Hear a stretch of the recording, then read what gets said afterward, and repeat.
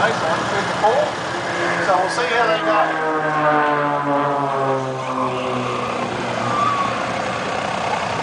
At least over here today too, we've got a bit of blue sky. We did it against a very grey Masterton backdrop this morning, and it sort of detracts a little bit with this rain.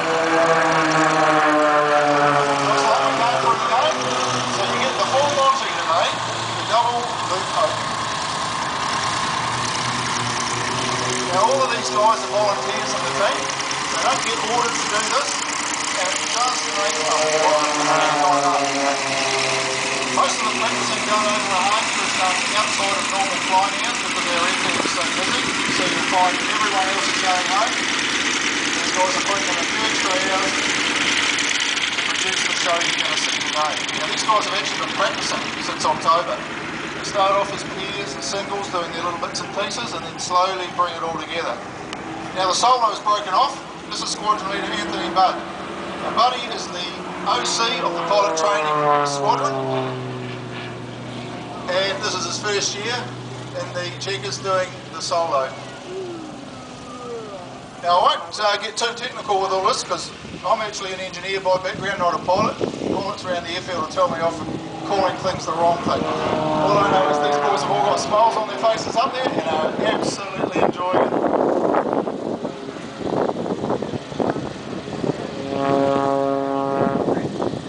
This particular aircraft, the CT-4E, has been in service with the RNZF since 1998, when it replaced the B model. And in 95, the actual PDS and CFS, the two flying schools, moved from Wigram, when we closed it, up to Aviators.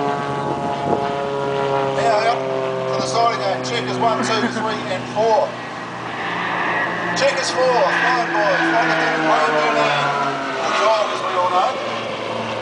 Now Dog tells me that this manoeuvre is the one where he has all the work to do. The idea is for him to stay tucked in nice and tight under Checkers 1 and the box slide. Once again, when he is tucked in right underneath, although you can't see the propeller because it's going around, it is just below the tail of Checkers 1. So we just like him to make sure he is nice and steady in that one. Now the guys will come back round, and as they do come back round and pass, it'll actually give you a good opportunity just to see how close they are from a fairly close distance.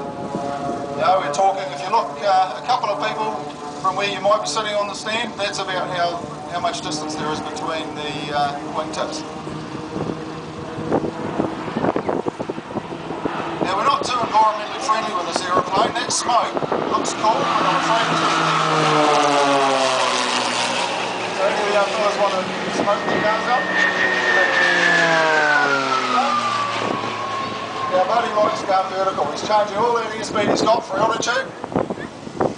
Now as he gets to the top of this one, we'll see if he can fly the aeroplane backwards. If you watch the smoke and the aeroplane, hopefully you'll see him sliding backwards down through it for a wee bit.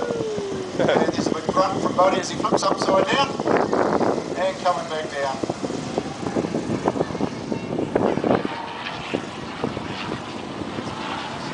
Buddy's a bit of a petrol head at heart. He's into a bit of four-wheel driving. I've seen him tinkering with all